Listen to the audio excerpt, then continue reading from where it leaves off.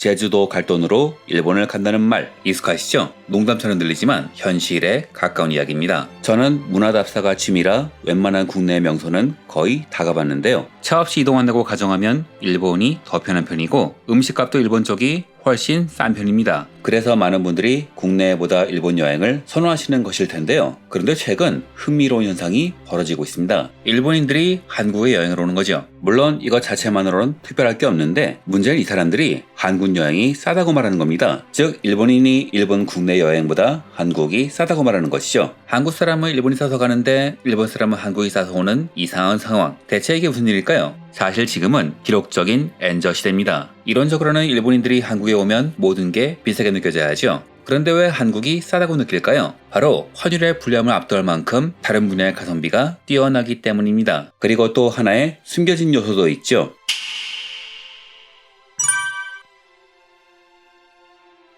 한국인들이 제주도 갈 돈으로 일본을 간다고 생각하는 반면 일본인들은 한국 여행이 저렴하다는 인식이 널리 퍼져 있습니다. 이는 여행 비용의 저렴함이 절대적인 기준이 아니라 자국의 물가와 소득 수준에 따라 결정되는 상대적인 개념이기 때문이죠. 그렇다면 왜 일본인들은 한국 여행을 가성비 높은 선택으로 여기는 걸까요? 첫째, 특정 분야에 집중된 쇼핑 가성비. 일본에 가서 마트나 식당을 가보면 어떤 품목들은 한국보다 저렴하게 느껴집니다. 한국과 일본에서 같이 팔리는 아이폰 같은 기기를 봐도 일본 쪽 가격이 저렴하죠. 하지만 관점을 바꿔 특정 분야를 비교해보면 한국은 일본과 비교할 수 없을 정도로 가성비가 뛰어납니다. 그리고 일본 관광객들이 지갑을 여는 분야가 바로 이 부분이죠. 대표적인 것이 바로 올리브영입니다. 여기서 파는 K-뷰티 상품, 특히 마스크팩은 한국에선 1일 1팩이란 말이 나올 정도로 저렴하지만 일본에선 훨씬 비싸게 팔리기 때문에 일본인 입장에선 거의 반값에 구매하는 셈이죠. 한국이 장당 1,000원 정도로 할인 행사도 자주 하는 반면 일본에선 드럭스토어에서 장당 200엔, 1,900원 정도에 팔리죠. 반값 정도의 가격에 무게도 가벼워서 여행 캐리어에 잔뜩 담아올 수 있습니다. 특히 한류로 인해 K-뷰티에 대한 관심이 높아지면서 구매 욕구가 더 커지고 있죠. 또한 의류도 마찬가지입니다. 동대문 고속터미널의 의류상가는 최신 유행을 반영하면서도 가격이 매우 저렴해 패션 쇼핑을 목적으로 오는 일본인들이 많지요. 게다가 가성비의 극치는 바로 미용입니다. 피부과 시술이나 성형, 거기까지 안 가도 파마나 에스테틱 관리 등은 일본보다 훨씬 비용이 저렴하기 때문에 관광 온 김에 하고 가자는 식으로 이용하는 경우가 많지요. 특히 얼굴 시술은 차액으로 항공권이 나올 정도니까요. 그래서 홍대나 명동에는 일본인들만을 대상으로 한 시술 병원마저 존재합니다. 결정적으로 이런 미용 쇼핑의 중심에는 K컬처가 있죠. K드라마와 K팝의 영향으로 한국 화장품과 패션에 대한 관심이 높아져서 한국식 화장을 하기 위해서 한국 화장품을 사고 한국식 피부 시술을 받는 경우가 늘어나는 겁니다. 즉 단순히 제품을 사는 것을 넘어 한류를 직접 체험하는 행위가 되는 것이죠. 둘째, 압도적인 교통 가성비. 일본의 교통비는 비싸기로 유명합니다. 상단소가 민영화되어 있어 운영회사가 다른 노선으로 갈아탈 때마다 새로 표를 끊어야 하죠.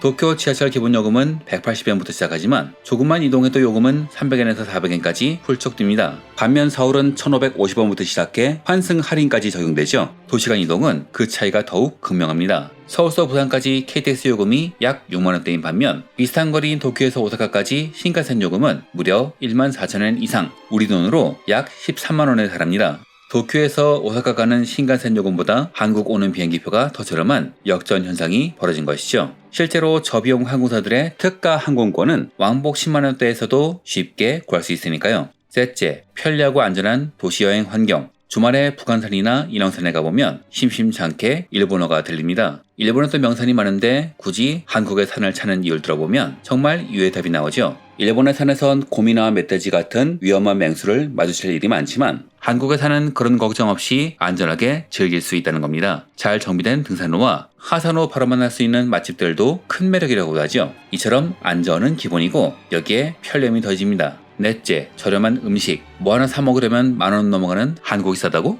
물론 한국 사람은 이렇게 생각할 수도 있지만 사실 한국은 관점을 바꿔보면 음식 가격이 쌉니다. 일단 일본은 반찬 하나를 추가해도 전부 돈으로 사야 하지만 한국은 반찬이 무료로 나온 나라죠. 100반을 시키면 그야말로 천국이 펼쳐집니다. 또한 김밥, 분식 같은 실속형 외식 카테고리를 감안하면 일본보다 훨씬 가성비 있는 한 끼를 즐길 수 있죠. 그래서 한국에서 정식 백반을 먹는 일본인이 꽤 많습니다. 게다가 최근에는 약과 베이글처럼 SNS에서 화제가 된 먹거리를 일본 현지에선 구할 수 없기 때문에 한국에 와서 직접 사는 행위 자체가 여행의 목적이 되기도 하죠. 즉 먹는 것도 이제는 소비 문화의 연장선에 있는 겁니다.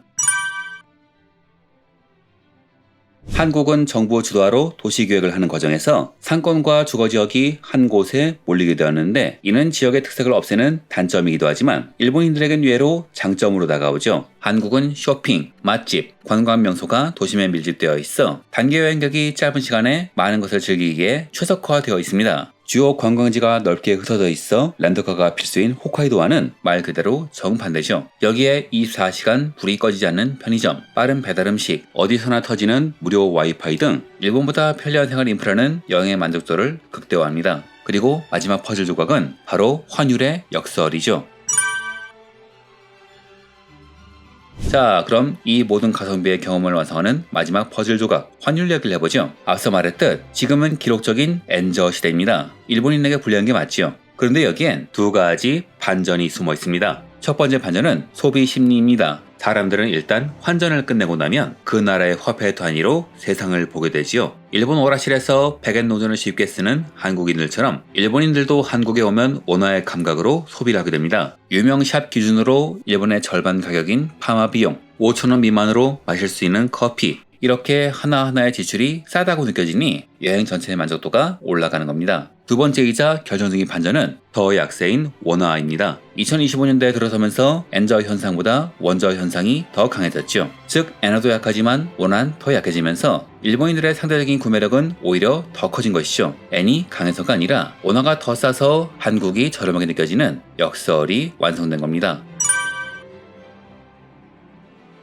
일본인들이 한국 여행을 싸다고 느끼는 이유는 단순히 환율 때문만은 아닙니다. 뷰티, 패션, 쇼핑, 대중교통, 도시 인프라 전반에서 한국은 가성비와 가심비를 동시에 만족시키는 매력적인 여행지로 자리 잡았죠. 그래서 지금 한국인들은 일본이 싸서 일본으로 가고 일본인들은 한국이 싸서 한국으로 오는 서로가 서로의 나라를 가성비 여행지로 여기는 흥미로운 현상이 벌어지고 있습니다. 단 가성비만이 아니죠. K 콘텐츠가 일으킨 문화적 호기심, 일본보다도 높은 세계 최고 수준의 치안, 짧은 일정에도 효율적인 여행 동선과 편의 인프라까지 더해지면서 한국은 일본인에게 짧고 굵은 만족을 줄 수 있는 최적의 여행지가 된 것입니다. 결국 여행의 가치는 숫자만으론 설명되지 않습니다. 경제와 문화, 사회 인프라가 함께 어우러져 만들어지는 복합적인 경험이기 때문이죠. 지금 우리가 당연하게 누리는 이 일상이 누군가에겐 꼭 한번 경험해보고 싶은 꿈같은 여행지일지도 모르겠습니다. 그리고 이 시선은 때로는 내 평범한 삶이 관점을 바꾸면 훌륭하게 보일 수 있다는 뜻이기도 하지요.